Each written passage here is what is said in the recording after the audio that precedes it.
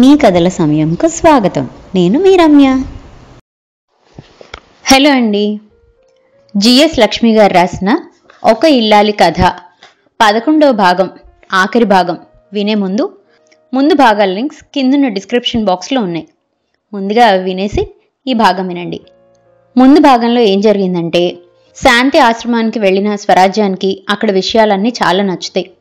అందరూ అక్కడ ఏదో ఒక పని చేసుకుంటూ సంపాదించడం అనేది తనకి చాలా నచ్చుతుంది. అక్కడి నుంచి వచ్చిన తర్వాత స్వరాజ్యం కూడా కుట్టు పని చేసి ఎంతో కొంత సంపాదిస్తుంది. తను సంపాదించడమే కాకుండా ఆసక్తి ఉన్న వాళ్ళకి తనకొచ్చిన ఎంబ్రాయిడరీ నేర్పిస్తూ ఉంటుంది. రమణమూర్తి మీద కేసు వేస్తుంది స్వరాజ్యం, జీవన భృతి కోసం.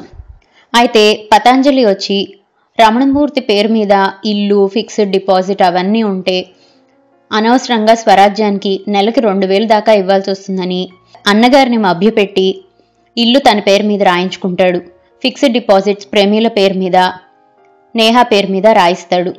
అలా తనకున్న ఆస్తులు మొత్తాన్ని ప్రేమీల, పతాంజలి లాగేసుకుంటారు. ఇది చూస్తూ ఊరుకోలేకపోతుంది పంకజం. రమణమూర్తికి నచ్చ చెప్పాలని చూస్తుంది. రమణమూర్తికి అర్థమయ్యేలా చెప్పాలని చూస్తుంది. కానీ రమణమూర్తి గుడ్డిగా చెల్లిని, తమ్ముణ్ణి నమ్ముతాడు. డబ్బులు ఇవ్వకపోతే స్వరాజ్యం తిరిగి వస్తుంది అన్న ఉద్దేశం తప్పితే వాళ్ళకి మరో చెడు ఉద్దేశం లేదు అని అంటాడు. అందరూ కలిసి పంకజం నోరు మోయిస్తారు. కోర్టు ద్వారా స్వరాజ్యానికి నెలకి రమణమూర్తి దగ్గర నుంచి కేవలం 300 చిల్లర వచ్చేటట్లు తీర్పు వస్తుంది. అది తెలిసి స్వరాజ్యం ఆశ్చర్యపోతుంది. ఆస్తులన్నీ ప్రమీల, పతాంజలి రాయించుకున్నారని తెలిసి ఆవేశపడుతుంది. రమణమూర్తి 4 నెలలు గడిచినా ఆ 300 కూడా ఇవ్వడు. దాంతో స్వరాజ్యం మళ్లీ కేసు వేస్తుంది. డబ్బులు ఇవ్వకపోతే స్వరాజ్యం తిరిగి వస్తుంది అని ఎదురు చూస్తున్న రమణమూర్తికి స్వరాజ్యం నుండి మళ్లీ నోటీస్ రావడం చూసి ఆశ్చర్యపోతాడు. అసలు ఒకప్పుడు స్వరాజ్యమేనా ఈ స్వరాజ్యం అని. స్వరాజ్యం ఆశ్రమం పనులన్నీ చక్కగా చూసుకుంటూ ఉంటుంది. ఆశ్రమంలోని అమ్మకి అనారోగ్యం కారణంగా పని ఒత్తిడి తగ్గించాలని చెప్తారు డాక్టర్లు. అప్పుడు అమ్మ స్వరాజ్యాన్ని ఆశ్రమానికి వచ్చేసి ఆశ్రమ బాధ్యతలు చూసుకోమని అడుగుతుంది. ఇక్కడి వరకైతే విన్నాం కదండి. ఇక ముందు ఏం జరగబోతుందో వినేద్దాం రండి. స్వరాజ్యానికి అమ్మ, కొడుకు, కోడలు గుర్తొచ్చారు. అసలు ఈ ఆస్తికంతా వారసులు వాళ్ళని కాదని తను అక్కడ ఉండడం న్యాయం కాదు. అదే చెప్పింది అమ్మతో. అమ్మ వివరించింది, ఈ ఆస్తితో నా కొడుక్కేమీ సంబంధం లేదు. మొత్తం ఆస్తి అంతా శాంతి ఆశ్రమం పేరు మీద ఉంది. మా ఆయన దీని మీద సర్వహక్కులు నాకే ఇచ్చారు. దీనికి నాకు ఇష్టమైన వారిని ఎవరైనా పెద్దగా నియమించే పూర్తి స్వతంత్రం, హక్కు నాకున్నాయి. కానీ ఒక్క విషయం, నువ్వు నీ భర్త దగ్గరికి వెళ్ళాలనుకుంటే మాత్రం కాదనను. అలా అనడం భావ్యం కూడా కాదు. కానీ అక్కడికి వెళ్ళను, తమ్ముడు దగ్గరే ఉంటాను అని నువ్వు అనుకుంటే మటుకు నీ తమ్ముడు పిల్లల కన్నా కూడా ఈ ఆశ్రమంలోని వారికి నీ అవసరం ఎక్కువ ఉంది. అది మటుకు నువ్వు దృష్టిలో పెట్టుకో, స్పష్టంగా చెప్పింది. స్వరాజ్యం మళ్లీ పంపిన లాయర్ నోటీస్ చూసి రమణమూర్తి అగ్గి మీద గుగ్గిలమయ్యాడు. ఇవాళొస్తుంది, రేపొస్తుంది అని తను రాజ్యం కోసం ఎదురు చూస్తుంటే ఈ నోటీస్ ఏమిటి? ఈసారి అన్నదమ్ములిద్దరూ ఎన్ని నాటకాలు వేయాలో అన్నీ వేశారు.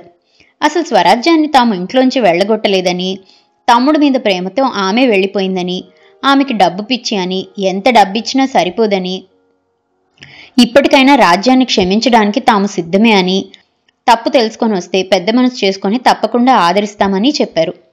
వాళ్ళు సృష్టించిన పత్రాలు, చూపించిన రుజువులు పరిశీలించిన కోర్టు ఇచ్చిన తీర్పు వల్ల తెల్లబోయారు స్వరాజ్యం, తిలక్, ఇంట్లో మిగిలిన వాళ్ళు.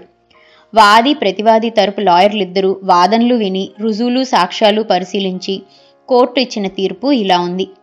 రమణమూర్తి, స్వరాజ్యం దంపతులకు విడాకులు మంజూరు చేయడానికి తగినన్ని కారణాలు కనిపించటం లేదని, కొన్నాళ్లు కలిసుంటే చిన్న చిన్న సమస్యలు వాటంతటవే పరిష్కారం అవుతాయని, అందుకని ఇద్దరూ కలిసి ఉండాలని తీర్పిచ్చింది కోర్టు.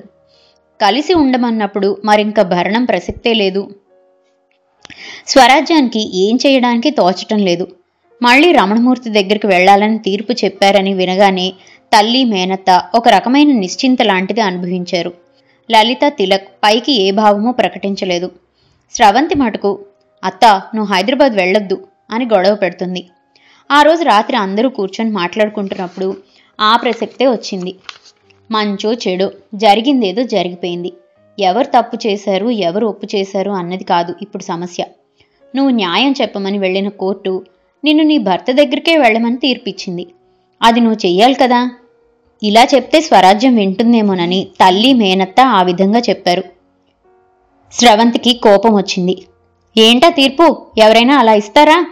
రేపొద్దున అత్తయ్య వెళ్ళినప్పుడు వాళ్ళ మొహం మీద ఫెడీమని తలుపు వేస్తే ఆ కోర్టు ఏం చేస్తుంది? తలుపులు బద్దలు కొట్టమంటుంది. సారథి వెంటనే అన్నాడు, డాడీ, ఇంట్లోకి రా పో అని చెప్పే స్వాతంత్రం మగవాళ్లకేనా? ఆడవాళ్లు ధైర్యం చేసి ఏమీ చెయ్యలేరా? అడిగాడు తండ్రిని.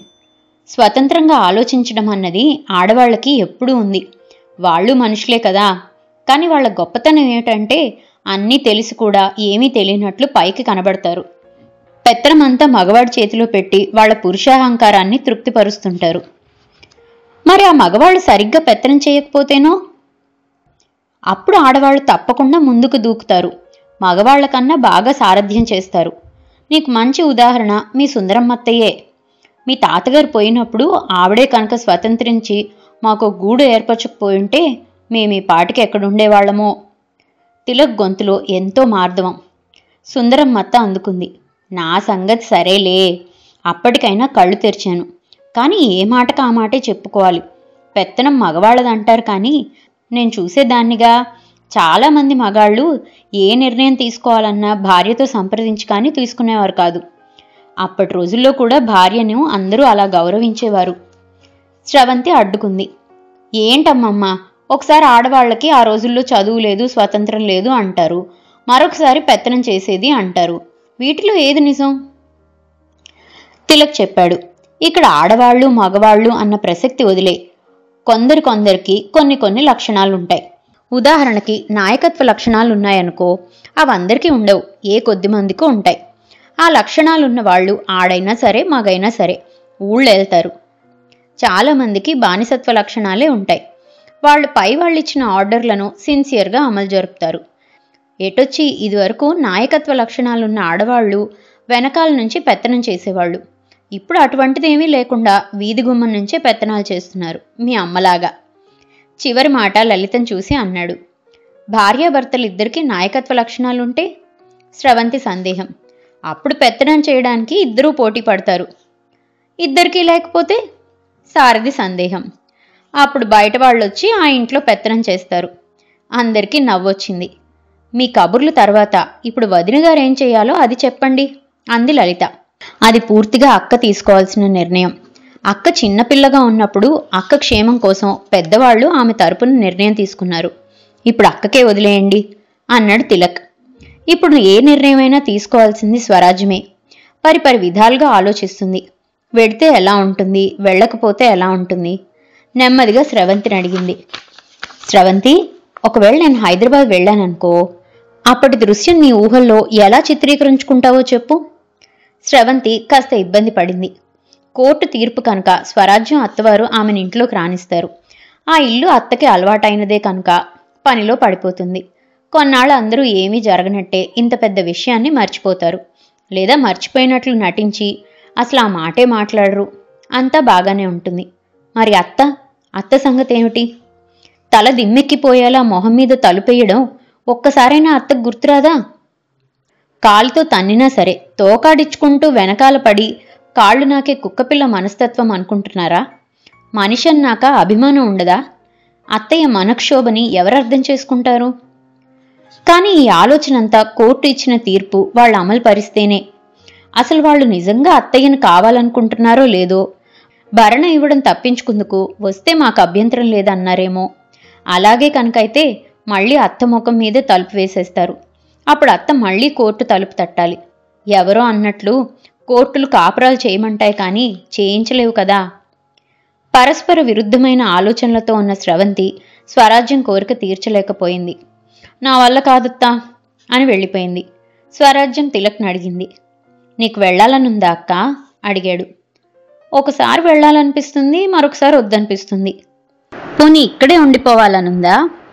ఇక్కడ ఉండిపోవడానికే ఇష్టంగా ఉంది. మళ్ళీ వెళ్ళకపోతే ఎలాగా అనిపిస్తుంది. ఎలాగా అంటే ఎలా గడుస్తుందనా? కాదు, గడవడానికి ఏమి ఇబ్బంది లేదు. మీరున్నారు, అమ్మ ఆశ్రమం ఉంది. కానీ అవునన్నా కాదన్నా ఆ ఇంట్లో ఇల్లాలని కదా.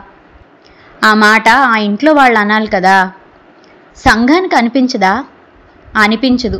ఇప్పుడు సంఘానికి అంత టైం లేదు.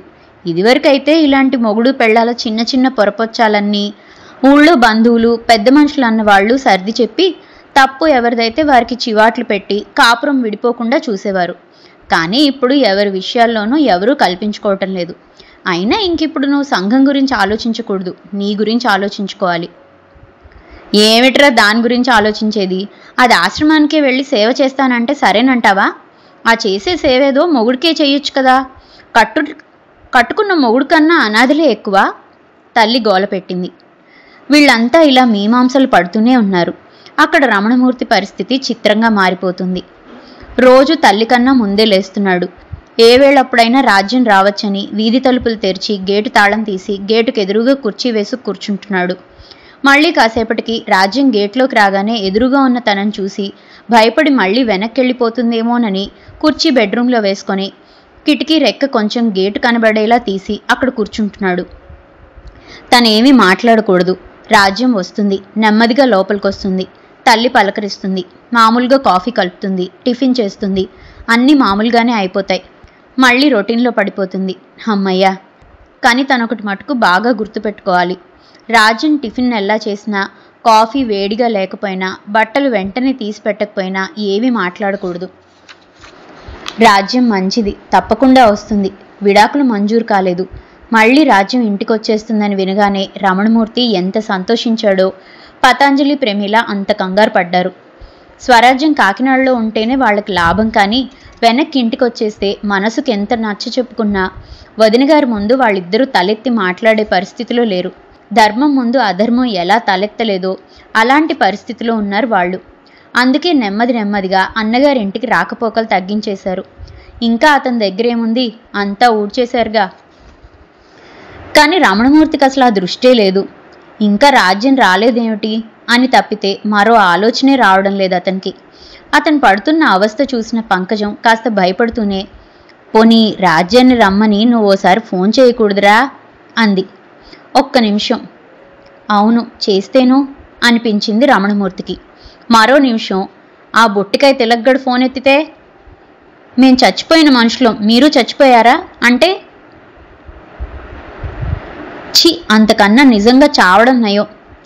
రాజ్యం కోసం ఎదురు చూడకుండా ఉండలేడు. ఆమెను తనంత తానుగా రమ్మనలేడు. మనసులో ఒకటనుకుంటే పైకొకటి అనడంలో మాటలో బాగా తేడా కనబడుతుంది. అందులోనూ ఇది వరకు నలుగురిలోకి వెళ్ళినప్పుడు స్వరాజ్యం అక్కడున్న వారందరితో కలివిడిగా మాట్లాడేసి రమణమూర్తి లాంటి గొప్ప మనిషి వచ్చాడన్నట్లు ఇంప్రెషన్ ఇచ్చేసి ప్రతి వాళ్ళు వచ్చి రమణమూర్తిని పలకరించి వినయంగా మాట్లాడేలా ఏర్పాటు చేసేది. ఉద్యోగంలో అతను అనుభవించే అధికారం, హోదా ఇంట్లోనూ బంధువుల ముందు కూడా చూపించడానికి అతనికి అవకాశం కల్పించేది. దాంతో ఎవరైనా వచ్చి రమణమూర్తితో మాట్లాడాలి తప్పితే అతనంతటా అతనుగా వెళ్ళి ఎవరిని పలకరించే అలవాటు రమణమూర్తికి లేదు. ఇది కాస్త ఇబ్బందిగానే ఉంది అతనికి. నలుగురు కలిసినప్పుడు ఇదివరకులా ఎవరూ వచ్చి అతనితో మాట్లాడడం లేదు. అందరికీ రమణమూర్తి అంటే ఒక విధమైన భయం, గౌరవం. స్వరాజ్యం వాళ్ల మధ్యన ఒక వారధిలా నిలబడేది. ఇప్పుడు ఆ వారధి కూలిపోయింది. దాంతో రమణమూర్తిని పలకరించే మనిషే లేడు. అందరితో కలిసి మాట్లాడడం ఎలాగో అతనికి తెలీదు. భరించలేనంత ఒంటరితనం అనుభవిస్తున్న రమణమూర్తికి స్వరాజ్యం ఎప్పుడొస్తుందో అని ఎదురు చూస్తూ ఆమెను గురించే ఆలోచిస్తూ అందులోనే ఆనందం అనుభవిస్తున్నాడు. ఆ చేసే సేవేదో మొగుడికే చేయొచ్చు కదా. మొగుడు కన్నా ఎక్కువ అనాథలు అన్న తల్లి మాట స్వరాజ్యాన్ని బాగా ఆలోచించేలా చేసింది. ఏం సేవ చేయలేదా మొగుడికి? పెద్దవాళ్లు చెప్పినట్లు పతియే ప్రత్యక్ష దైవం అనుకుంది. ఇల్లే కైలాసం అనుకుంది. ఆ దేవుడే నయం, కనీసం మనకి కొన్ని కోరికలుంటాయనుకుంటాడు. ఆ దేవుడికి తనకు కూడా ఒక ఆలోచన ఉంటుందన్న ఆలోచనైనా వచ్చిందా? తనను ఎప్పుడైనా కనీసం సాటి మనిషిలా అయినా చూశాడా? ఆ కుటుంబం కోసం ఎంత కష్టపడి ఏ కార్యం సాధించినా పొరపాటునైనా బాగుంది అన్న ఒక్క ముక్కన్నా అన్నాడా? అతని తల్లిని స్వంత తల్లి కన్నా ఎక్కువగా గౌరవించింది. అతని తమ్ముణ్ణి తన తమ్ముడి మాటే మర్చిపోయి ప్రయోజకుణ్ణి చేసింది. మరింక అతని చెల్లెలి మాట చెప్పనే అక్కర్లేదు. పుట్టింటి వాళ్ళు తనకిచ్చిన తనకంటూ మిగిలిన బంగారం మొత్తం ఊడ్చి ఆమె చేతిలో పెట్టేసి తను బోసి మెడతో మిగిలిపోయింది. ఇన్ని జరిగినప్పుడు పొరపాటునైనా రాజ్యం బాగా చేశావు అన్నాడా? అత్తగారు అంటుంటే కూడా వారించాడు. ఇంక చాలే అమ్మా, మరీ అంత పొగడకు, పొగరుగా తయారవుతుంది అని అతనన్న మాట అప్పుడు తను పట్టించుకోలేదు. కానీ ఇప్పుడు జరిగిపోయిన విషయాలు ఒక్కొక్కటి తలుచుకుంటుంటే ఇన్ని సంవత్సరాలు తను ఆ కుటుంబానికి చేసిన సేవ బూడిదలో పోసిన పన్నీరు చందమే అనిపించింది. సరే పోని, సేవ చేయాలనుకుంటుంది, చేసింది. వాళ్ళు గుర్తించాలని మెచ్చుకోవాలని చేయలేదు కదా. అసలు మనం నిస్వార్థంగా ప్రతిఫలాపేక్ష లేకుండా చేసేదే కదా సేవ అంటే. అలా అనుకుంటే మరి తను అలాగే చేసింది. 30 సంవత్సరాల పైన మనస వాచ కర్మణ వారి నుంచి ఒక్క మంచి మాటైనా ఆశించకుండా రోజులో 24 గంటలు ఆ ఇంటికే అంకితమైపోయింది. లాభం తనేమీ ఆశించదు, కానీ నిజంగా లాభపడింది వాళ్ళు. తనకేం అక్కర్లేదు, కానీ అంతస్తుల మీద అంతస్తులున్న వాళ్లే తన వల్ల మరో అంతస్తుకు ఎదగగలిగారు. పంచభక్ష పరమాణాలు పళ్ళెల్లో నిండుగా ఉన్న వాళ్లే తన వల్ల మరో పిండి వంట వడ్డించుకోగలిగారు. తను చేసింది సేవే అయితే అది నిజంగా చేరవలసిన వారికి చేరిందా? ఎండలో వానలో తడుస్తూ చలికి వణుకుపోతూ రోడ్డు పక్కన మనిషికి తలపైన ఒక కప్పు అమరిస్తే దానికి సార్థకత ఉంటుంది. గంజి నీళ్లకు కూడా నోచుకొని వాళ్లకి పట్టెడన్నం పెడితే సార్థకత ఉంటుంది. మనుషుల కోసం మొహం వాచిన వాళ్లకి నేనున్నానంటూ చెయ్యందిస్తే సాయం అవుతుంది. అంతేకాని అన్నీ అమర్చిన వాళ్లకి ఎంత చేసినా అపాత్రదానమే అవుతుంది. ఇన్ని సంవత్సరాలు తన సర్వస్వము అయోగ్యుల పరం చేసిందా? స్వరాజ్యం మనసుని సమాధానపరుచుకోలేకపోతుంది. నిస్వార్థంగా ఆశ్రమంలో ఉన్న వాళ్లతో కలిసిమెలిసి మనసుకిష్టమైన పని చేసుకోవడంలో ఉన్న ఆనందం, నా మరిది నా ఆడబడుచు వాళ్లకు నేను చేయకపోతే మొగుడు సంఘం తప్పు పడతారని భయపడ్డంలో ఏముంది? అది నలుగురు ఏమంటారో అనే భయంతో నలుగురు కోసం చేయడం అవుతుంది తప్పితే తనకిష్టమైన పని చేసుకున్నట్లు అవదు కదా. మనకిష్టమైన పని అనుకున్నప్పుడు సముద్రాన్నైనా అవలీలగా ఈదేయవచ్చు. కానీ మరొకరు చెప్పారు కదా అని ఏదైనా పని చేయాలంటే అది ఊలు కోయడం అన్నంత సున్నితమైన పనైనా అడవిని నరుకుతున్నంత కష్టంగా ఉంటుంది. అయినా సరే తన కోసం అంటూ దానికో ఆలోచన అంటూ ఉంటుందన్న మాట కూడా మర్చిపోయి ఆ కుటుంబానికి అంకితమైపోయింది. సంఘం ఏమంటుందోనన్న భయంతో ఆ ఇంటికి సేవ చేసింది. ఆ ఇంటి కోడలిగా తన బాధ్యతను గుర్తించి సేవ చేసింది. దానికి బదులుగా వాళ్ల నుంచి తనేమీ ప్రతిఫలం ఆశించలేదు సరే, కానీ ఇటువంటి ప్రతికూలత ఎదురవుతుందనుకోలేదే. ఏరు దాటి తెప్ప తగలేస్తారా? తల్లిలా ఆదరించవలసిన తనని ముష్టిదానిలా నడివీధిలోకి నెట్టేస్తారా? అటువంటి దుర్మార్గం పనిచేసిన తమ్ముణ్ణి చెల్లెల్ని ఈ రమణమూర్తి సమర్థిస్తాడా? వాళ్లకి లేని సంఘభయం తనకెందుకు? స్వరాజ్యం మనసు ఉడికిపోతుంది, వదలకూడదు. 30 తిప్పలు పెట్టి 3 చెరువుల నీళ్లు తాగించాలి. ఆకలితో దాహంతో సగం చచ్చి నడి రోడ్డు మీద తనెంత నిస్సహాయంగా నిలబడిందో అతను అలాగే నిలబడాలి. పెళ్లి చేసుకొని పెళ్లాన్ని ఇంటికి తెచ్చుకున్నంత మాత్రాన ఆమె పని మనిషి కన్నా హీనమనుకునే మగవాళ్ళందరికీ బుద్ధొచ్చేలాంటి బుద్ధి చెప్పాలి. దానికి ఇప్పుడు ఏం చేయాలి? వెంటనే లాయర్ని కలవాలి. స్వరాజ్యం వెంటనే లాయర్ని కలిసింది. రమణమూర్తి దగ్గరికి తిరిగి వెళ్లడం సుతరాము ఇష్టం లేదని చెప్పింది.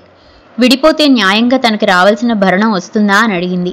ఈ కేసు కోసం రమణమూర్తి అతని పేర ఉన్నవన్నీ చెల్లెలు తమ్ముడు పేరు మీద ఎలా మార్పించేడో చెప్తూ సాక్ష్యంగా నేహ రాసిన ఉత్తరాలు చూపించింది. లాయర్ స్వరాజ్యానికి ధైర్యం చెప్పింది. ఇంత బలమైన సాక్ష్యాలు నీ దగ్గరుండగా నీకు బెంగెందుకమ్మా? ఏటొచ్చి ఈ లావాదేవీలన్నీ ఈ మధ్యనే జరిగాయని వాళ్ళెవరైనా వచ్చి సాక్ష్యం చెప్తే బాగుంటుంది.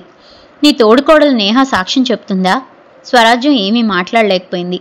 పతంజలి ప్రేమిలా ప్రవర్తించిన తీరు చూసిన స్వరాజ్యానికి మనుషుల మీద నమ్మకమే పోయింది. అందరూ అవకాశవాదులుగానే కనిపిస్తున్నారు. ఆ మాటే చెప్పింది లాయర్కి. లాయర్ నవ్వింది. సరేనమ్మా, మన ప్రయత్నం మనం చేద్దాం. కానీ ఒక విషయం నాకు అర్థం కావటం లేదు. నీ తమ్ముడు గురించి నాకు తెలుసు.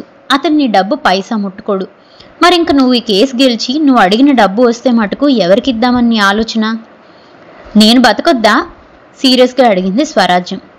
తప్పకుండా బతకాలి, కానీ నువ్వు బ్రతకడానికి మాత్రమే అయితే అంత డబ్బు అక్కర్లేదనుకుంటాను. ఇంకో విషయం, ఇక్కడ నాకు కావాలా వద్దా అన్నది కాదు కావాల్సింది. ఆ పతాంజలి ప్రేమిలకి ఏమీ దక్కకూడదు. ఇన్నాళ్ళు వాళ్ళు నాలో అన్నపూర్ణనే చూశారు, కానీ నేను ఆదిశక్తి అవతారం కూడా ఎత్తగలనని వాళ్ళకి తెలియద్దా? ఆవేశపడింది స్వరాజ్యం. ఆవేశపడకమ్మా, నెమ్మదిగా ఆలోచించు. ఇదంతా రమణమూర్తి స్వార్జితం. ఎవరికైనా ఇచ్చుకునే హక్కు అతనుకుంది. లా ప్రకారం చూస్తే భర్త ఆస్తికి భార్య ఎప్పుడూ వారసురాలు కాదు. పిత్రార్జితమైతే అతని పిల్లలు వారసులవుతారు. స్వార్జితమైతే అతను ఎవరి పేరు రాస్తే వాళ్లే వారసులవుతారు. భార్య బతుకున్నన్నాళ్ళు కలిసున్నా విడిపోయినా కూడా పోషించే బాధ్యత మటుకు భర్తదే. కానీ వారసత్వం మటుకు భార్యకి లేదు. అంటే మరిప్పుడు నేను హైదరాబాద్ వెళ్ళడం తప్ప గత్యంతరం లేదా మేడం? ఎందుకు లేదు? నేను వారసత్వం మాట చెప్పానంతే. నువ్వు ఉన్నన్నాళ్ళు, అతనున్నన్నాళ్ళు నిన్ను పోషించవలసిన బాధ్యత అతనిదే. నీ హక్కు కోసం నువ్వు పోరాడడంలో ఏమీ తప్పులేదు. మనం హైకోర్టుకి అప్పీల్ చేసుకోవచ్చు. నేహ రాసిన ఉత్తరాలు మనకి బలమైన సాక్ష్యాలు. నువ్వు వెళ్ళినప్పుడు ఇంట్లోకి రానివ్వకుండా మొహం మీదే తలుపులు వేయడం అన్నది మెంటల్ టార్చర్ కిందకు వస్తుంది. ఈ పాయింట్లు చూపించి మనం కేసు నడపచ్చు అని చెప్పి ఇది వరకు ఇలాగ భార్య వైపు సానుభూతి చూపించిన కోర్టు తీర్పులని కొన్నింటిని వివరించింది. అయితే అలాగే చేయండి మేడం అంటూ కావలసిన చోట్ల సంతకాలు పెట్టింది స్వరాజ్యం.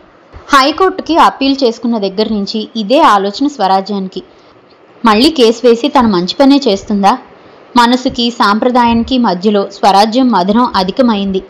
గొంగళి పురుగు జిగురులాంటి ద్రవంతో తన చుట్టూ దారాలు అల్లుకొని తనను తానే గూటిలో బంధించేసుకుంటుంది. అది పరిపక్వ దశకొస్తే తప్పితే సీతాకోక చిలుకై బయట ప్రపంచంలోకి ఎగురుతూ రాలేదు. అలాగే ఇన్నాళ్ళు స్వరాజ్యం కూపస్థ మండూకంలాగా ఆ ఇంట్లో ఉండిపోయింది. ఇప్పుడు ఒక్కసారి బయట ప్రపంచంలోని స్వేచ్ఛా వాయువులు పీల్చుకున్నాక ఆ పాత జీవితం జుగుప్సాకరంగా అనిపిస్తుంది. మరింక జీవితంలో ఆ జుగుప్సని తను భరించలేదు.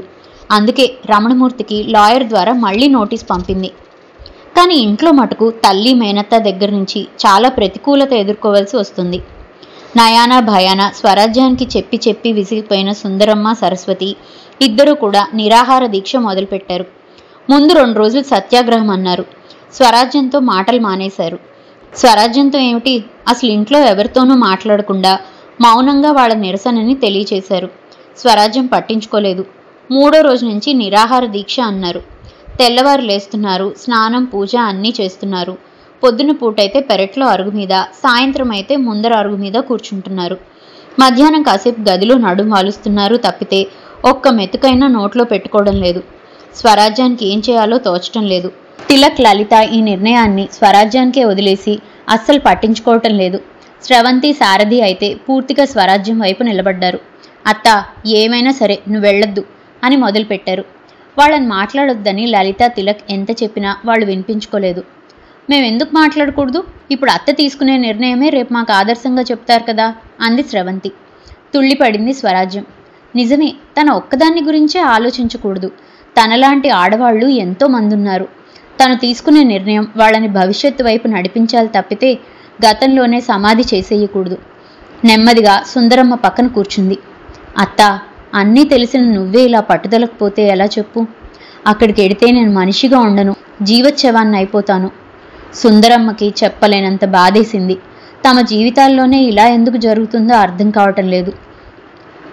ఒకవైపు పెంచిన ప్రేమ వెళ్ళొద్దని చెప్పమంటే మరొక వైపు సాంప్రదాయం వెళ్ళి తీరాలంటుంది. సరస్వతి వైపు చూసింది. ఆవిడ ఈ విషయంలో చాలా పట్టుదలగా ఉంది. ఏ విషయంలో అయితే తన కూతురు బాధపడకూడదు అనుకుందో ఆ విషయంలోనే స్వరాజ్యం బాధపడుతుంది. భర్త ఉండి లేకపోయిన తనలాంటి పరిస్థితి స్వరాజ్యానికి కూడా పడుతుందనుకుంటే తల్లడిల్లిపోతుంది. దానికి అంతటికీ కారణం తనే. తనకి గుండె నొప్పి వచ్చినప్పుడు చూడాలనుందన్నానని తిలక్ స్వరాజ్యాన్ని పిలిపించాడు. లేకపోతే కష్టమో సుఖమో అక్కడే ఉండేది. ఈ పరిస్థితికి తనే కారణం, తనే సరిచేయాలి. ఏమాత్రం మెత్తబడినా స్వరాజ్యం వెళ్ళదు. లేని గాంభీర్యం అంతా మొహం మీద తెచ్చుకొని పట్టుదలగా పెదములు బిగించి కూర్చుంది. ఆమెతో మాట్లాడడానికి స్వరాజ్యానికి కూడా భయమేసింది. హైదరాబాద్లో పంకజానికి ఏమీ అర్థం కావటం లేదు. విడాకులు మంజూరు కాలేదు. రాజ్యం వచ్చేస్తుందని తెలియగానే హమ్మయ్య అనుకుంది ఆవిడ. రమణమూర్తిలాగే పొద్దునొస్తుంది, సాయంత్రం వస్తుంది అని 2-3 రోజులు అతనితో సరిగ్గా ఎదురుచూసింది. తర్వాత ఆవిడకి అనుమానం వేసింది. రమణమూర్తి అయితే పొద్దున లేచి కాఫీ తాగుతాడంతే. తర్వాత టిఫిన్కి రమ్మంటే నీకెందుకమ్మా శ్రమ, నీ పూజ ఏదో నువ్వు చేసుకో, రాజ్యం వస్తుంది కదా, నాకు టిఫిన్ రాజ్యం పెడుతుందిలే అంటాడు. అలా చూసి చూసి 10 దాటాక టిఫిన్ తింటాడు. మళ్ళీ ఎదురుచూపులు. 2 దాటిపోయి పంకజం ఒక కునుకు తీసి లేచి 3 అవుతుంటే బలవంతంగా అతనికి అన్నం పెడుతుంది. తిని తినక తిన్నాననిపించుకొని గదిలోకి పోయి పడుకుంటాడు. మరి పడుకుంటాడో లేదో తెలియదు కానీ 4 దాటిన దగ్గర నుంచి మళ్ళీ రాజ్యం కోసం ఎదురుచూపులు. అమ్మా, రాజ్యం వస్తే నువ్వేమీ అనకే, ఏదో బాధపడింది వెళ్ళిపోయింది, తెలుసో తెలియకో తమ్ముడు బలవంతం వల్ల విడాకులు గట్రా అంటూ నోటీసులు పంపింది. కానీ మనకు తెలీదా రాజ్యం సంగతి? వచ్చేస్తుంది, కంగారు పడకమ్మా, వచ్చేస్తుంది. ఏమిటేమిటో మాట్లాడతాడు. ప్రేమిలకు ఫోన్ చేస్తాడు. ప్రమిళ, భోజనానికి వచ్చేయమ్మా, మీ వదిన వస్తుంది కదా, కలిసి భోజనం చేసి చాలా రోజులైంది, నీకు ఇష్టమైన కంది పచ్చడి చేయమని చెప్తాను అంటాడు. ఒరే పతాంజలి, మీ పిల్లల్ని తీసుకురారా, పెద్దమ్మ అంటే వాళ్ళకి ఇష్టం అంటాడు. లోపల రాజ్యం వస్తుందో రాదోనన్న అనుమానం, పైకి రాకేమి చేస్తుందనే అహంకారం, అందరి ముందు వచ్చి తీరుతుందని చెప్పుకోవడంలో ధీమా, మనసుకి బుద్ధికి మధ్యలో అంతరాలు లేకుండా చేసుకుందుకు గాంభీర్యం అనే ముసుగు వేసుకుంటున్నాడు. నిరాహార దీక్షలో ఒకరోజు గడిచింది. ఆ 2 పెద్ద ప్రాణాలని చూస్తుంటే ఇంట్లో మిగిలిన వాళ్ళకి ఏం చేయాలో తెలియటం లేదు. ఆ రాత్రి తిలక్తో చెప్పింది రాజ్యం. నా కోసం వాళ్ళు పడుతున్న క్షోభ చూడలేకపోతున్నాన్రా. వాళ్ళకెప్పుడూ ఏమీ చేసింది లేదు, పెట్టింది లేదు. కానీ ఈ వయసులో వాళ్ళని ఇంత బాధ పెడుతున్నాను. ఇది నాకు న్యాయంగా అనిపించటం లేదు. వెడితే పరిస్థితి ఎలా ఉంటుందో తెలీదు, కానీ అమ్మ అత్త కోసం వెళ్ళక తప్పేట్టులేదు. నీకిష్టం లేనప్పుడు వెళ్ళడం కష్టంగా ఉండదా అత్తా? స్రవంతి అడిగింది. నా వాళ్ల సంతోషం ముందు నా కష్టం పెద్దదేమీ కాదమ్మా. ఇప్పుడు ఇంతకీ నీకు కావాల్సిందేమిటి? వాళ్ళు నిరాహార దీక్ష మానడమా లేక నువ్వు వెళ్ళడమా? పాయింట్ తీసింది. నేను వెళ్తేనే వాళ్ళు దీక్ష మానుతారు. రెండింటికి సంబంధం ఉందని చెప్పింది స్వరాజ్యం. నీకు వెళ్లాలని లేకపోతే నువ్వు వెళ్లకు. వాళ్ళని నిరాహార దీక్ష మాన్పించి పూచి నాది. నే వెళ్ళకపోతే ఎలా మాన్తారు? అదంతా నాకు వదిలే. వాళ్ళు దీక్ష మానితే చాలు కదా నీకు. చాలు. ఓకే, ఇంకా ఆ విషయం నాకు వదిలిపెట్టు. ఒరే సారథి, ఇలా రారా అని సారథిని తీసుకొని లోపలికెళ్ళిపోయింది. సారథికి అక్క లీడర్, ఎలా చెప్తే అలా వింటాడు. మర్నాడు పొద్దున్న స్వరాజ్యం లేచి పెరట్లోకి వచ్చి అక్కడి దృశ్యం చూసి తెల్లబోయింది. పెరట్లో ఒకవైపు అరుగు మీద తల్లి మేనత్త స్నానం పూజ కానిచ్చి మేనత్త ఒత్తులు చేస్తూనూ తల్లి ఏదో పారాయణ చేస్తూనూ కనిపించారు. మరోవైపు అరుగు మీద స్రవంతి సారథి పొద్దున్నే లేచి ఎప్పుడు స్నానం చేశారో కానీ చక్కగా తయారైపోయి ఇద్దరూ పొడుగ్గా కుంకుమ బొట్లు పెట్టేసుకొని ఇద్దరి మధ్య పలక బలపం పెట్టుకొని బాసింపట్లు వేసుకొని కూర్చున్నారు. పలక బల్పం పెట్టుకున్నారంటే వాళ్ళు మౌనవ్రతంలో ఉన్నారన్నమాట. ఏం అడిగినా పలక మీద రాసి చూపిస్తారు. చిన్నప్పుడు ఇద్దరూ దెబ్బలాడుకొని మాటలు మానేసేవారు. అడిగింది ఇవ్వకపోతే పెద్దవాళ్లతో మాటలు మానేసేవారు. అప్పుడు వారు చేసే సైగల అర్థం ఎదుటి వాళ్ళకి తెలిసేది కాదు. అలాంటప్పుడు తిలక్ వాళ్ళకి ఈ పద్ధతి చెప్పాడు. పలక బలపం పక్కన పెట్టుకొని కూర్చుంటే వాళ్ళు మౌనవ్రతంలో ఉన్నారన్నమాట. స్వరాజ్యం గబగబా వెళ్లి పలక మీద ఏం రాసుందో చూసింది. నిరాహార దీక్ష 1వ రోజు అనుంది దానిమీద. తెల్లబోయింది. మీరెందుకర్రా నిరాహార దీక్ష చేయడం అడిగింది. స్రవంతి పలక మీద రాసి చూపించింది. మా అత్త ఇక్కడి నుంచి వెళ్లకూడదు. ఒక్క క్షణం నిశ్చేష్టురాలైపోయింది. అప్పటికే ఆ పలక మీద రాసున్న చదివిన సరస్వతి సుందరమ్మ స్వరాజ్యం వాళ్ల వైపు చూడగానే వాళ్లు చేసే పనుల వైపు దృష్టి మళ్లించారు. ఇంట్లో భరించలేని నిశ్శబ్దం. పెద్దవాళ్లు ఏమీ తినరు, పిల్లలు ఏమీ తినరు, ఇంకా మిగిలిన వాళ్లు మటుకు ఏం తింటారు? ఆ పూట ఆ ఇంట్లో స్టవ్ వెలిగించే అవసరమే రాలేదు. మధ్యాహ్నం సుందరమ్మ సరస్వతి మధ్యగదిలోకి వచ్చి నడుం వాల్చారు. స్రవంతి సారథి కూడా వచ్చి పలక పట్టుకొని వాళ్ళిద్దరి మధ్యలో బాసిమఠం వేసుకొని కూర్చున్నారు. పిల్లల మొహాలు నీరసంగా కనిపిస్తున్నాయి. సుందరమ్మంది, పెద్దవాళ్ల గొడవ మీకెందుకు? పిల్లలు పిల్లల్లా ఉండండి. స్రవంతి పలక మీద రాసి చూపించింది. నేటి బాలలే రేపటి పౌరులు. సరస్వతి బతిమాలింది. అత్త ఇక్కడ ఉండకూడదమ్మా. ఇది అత్త ఇల్లు కాదు. అత్త ఇల్లు హైదరాబాద్లో ఉంది. అత్త అక్కడే ఉండాలి. స్రవంతి మళ్లీ పలక మీద రాసింది. వాళ్ళు తలుపు తీయకపోతే అత్త ఎక్కడికెళ్ళాలి? సమాధానం లేదు సరస్వతి దగ్గర. సాయంత్రమైంది. నిరాహార దీక్ష ముందువైపు అరుగు మీదకి మారింది. గోడ నానుకొని సుందరమ్మ సరస్వతి కూర్చున్నారు. వాళ్ల మధ్య స్రవంతి కూర్చుంది. సారథి ఇంక కూర్చోలేక మామ ఒడిలో పడుకున్నాడు. వాళ్ళందరినీ ఇంత బాధ పెడుతున్నందుకు స్వరాజ్యం కుమిలిపోతుంది. ముందు కల్పించుకోకుండా ఉందామనుకున్న తిలక్ లలిత ఇప్పుడెలా కల్పించుకోవాలో తెలియక నిస్సహాయంగా జరిగేది గమనిస్తున్నారు. నీరసంతో ఒళ్ళో వాలిపోయిన సారథిని చూస్తుంటే సరస్వతికి బాధగా ఉంది. పొద్దున్న లేవగానే వాడికి ప్రత్యేకంగా పెద్ద గ్లాసుడు పాలు తన చేత్తోనే ఇస్తుంది. అలాంటిది పొద్దుట్నుంచి ఇప్పటిదాకా గుక్కెడు మంచినీళ్లు కూడా గొంతులో పోసుకోలేదు సారథి. సోషొచ్చి ఎలా వాలిపోయాడో పిచ్చి వెధవ అనుకుంటుంది. సుందరమ్మకి అలాగే ఉంది. తమ ఈ నిరాహార దీక్ష వల్ల ఎవరికి లాభం? తమ ఒత్తిడి భరించలేక స్వరాజ్యం వెళ్లినా కూడా అక్కడెలా ఉందోనన్న బాధ ఇంతకింతవుతుంది. ఇప్పుడైతే పిల్ల ప్రాణాలతో కళ్ళెదురుగా ఉంది. అప్పుడేం చెప్పగలం? తన జీవితం పెద్దవాళ్ల మూర్ఖత్వం వల్ల సంసారం, పిల్లలు అన్నదే లేకుండా అయిపోయింది. సరస్వతిని కాలం కాటేసింది. కాలమాన పరిస్థితులు పరమేశాన్ని ఇంటికి దూరం చేశాయి. ఇప్పుడు కూడా స్వరాజ్యం తప్పు లేదు, తమ తప్పు లేదు. ఉన్నదల్లా రమణమూర్తి అహంకారం, మొగుడుననే అధికారం, సమాజం తనని సమర్థిస్తుందనే అహంభావం. ఆ అహంభావం స్వరాజ్యం భరించి తీరాలా? నెమ్మదిగా సరస్వతి చెయ్యి మీద చెయ్యి వేసింది సుందరమ్మ. సుందరమ్మ ఎప్పుడు చెయ్యి చాపుతుందా అని చూస్తున్న సరస్వతి గట్టిగా ఆ చెయ్యి పట్టుకుంది. ఇద్దరూ కలిపి సారథిని పట్టుకొని కూర్చోబెట్టారు. లలిత, సారథికి కాసిన నిమ్మకాయ నీళ్లు తీసుకురామ్మా, సుందరమ్మ కేక పెట్టింది. ముందు గదిలో కూర్చున్న ముగ్గురు మొహాలు వెలిగిపోయాయి. లలిత లోపలికి పరిగెత్తింది. స్రవంతి నవ్వుతూ స్వరాజ్యం వైపు చూసి చెయ్యెత్తి బొటన్వేలు పైకెత్తి గుప్పిటి ముడిచింది. స్వరాజ్యం ఇప్పుడొస్తుంది, ఇంకాసేపట్లో వస్తుంది అన్న అభిప్రాయంలోనే ఉన్న రమణమూర్తి స్వరాజ్యం పంపిన లాయర్ నోటీస్ అందుకొని ఉద్రేకపడిపోయాడు. అతను కలలో కూడా ఊహించని విషయం ఇది. ఈ షాక్కి అతను తట్టుకోలేకపోయాడు. ఈజీ చైర్లో ఉన్నవాడున్నట్లు పక్కకి వాలిపోయాడు. పంకజం కంగారు పడిపోయింది. డాక్టర్ని రప్పించింది. అన్ని రకాలుగానూ రమణమూర్తికి మెడికల్ ట్రీట్మెంట్ అందింది. కానీ ఈ షాక్కి అతని మెదడు తట్టుకోలేకపోయింది. ఇన్నాళ్ళు అతని మనసులో సూక్ష్మ రూపంలో ఉన్న రాజ్యం ఇంతింతై మరింతై అతని చుట్టూ ప్రదక్షిణలు మొదలుపెట్టింది. మాటకి మాటకి మధ్య సంబంధం లేకపోయింది. ఒక నిమిషానికి రాజ్యం వచ్చిందా అంటాడు, మరో నిమిషానికి రాజ్యం మంచినీళ్లు అంటాడు. నోరు విప్పితే రాజ్యం పేరు తప్ప మరో మాట లేదు. అతని కళ్ల నిండా రాజ్యం, మాట మాట్లాడితే రాజ్యం. ఇదంతా చూసి తట్టుకోలేని పంకజం స్వరాజ్యానికి ఫోన్ చేసింది. లలిత హడావుడిగా తయారు చేసుకొచ్చిన నిమ్మకాయ నీళ్లు నిరాహార దీక్ష విరమించిన నలుగురు నెమ్మదిగా పుచ్చుకుంటున్నారు. వాళ్ల మొహాల్లో సమస్య తీరిన తర్వాత ఉండే ప్రశాంతత కనిపిస్తుంది. ఇంతలో ఫోన్ మోగింది. ఫోన్ తీసిన తిలక్, అక్కా, మీ అత్తగారు అంటూ రిసీవర్ స్వరాజ్యానికి అందించాడు. అందరి దృష్టి స్వరాజ్యం వైపు మళ్ళింది. అట్నుంచి పంకజం, రాజ్యం, పెద్దాడికి అస్సలు బాగాలేదే, నిన్నే కలవరిస్తున్నాడు, రావే అంటుంది. యువతల స్వరాజ్యం పళ్ళు బిగపట్టింది. అత్తగారి మాట కాదనడం సాంప్రదాయం కాదు. కాని తన మనసు ఆ సాంప్రదాయాన్ని కాలదన్నమంటుంది. రాజ్యం, తల్లి, వాడు పిచ్చోడైపోతున్నాడే, పంతాలకు పోకుండా బయలుదేరవే. పంతమా? తనకి పంతమా?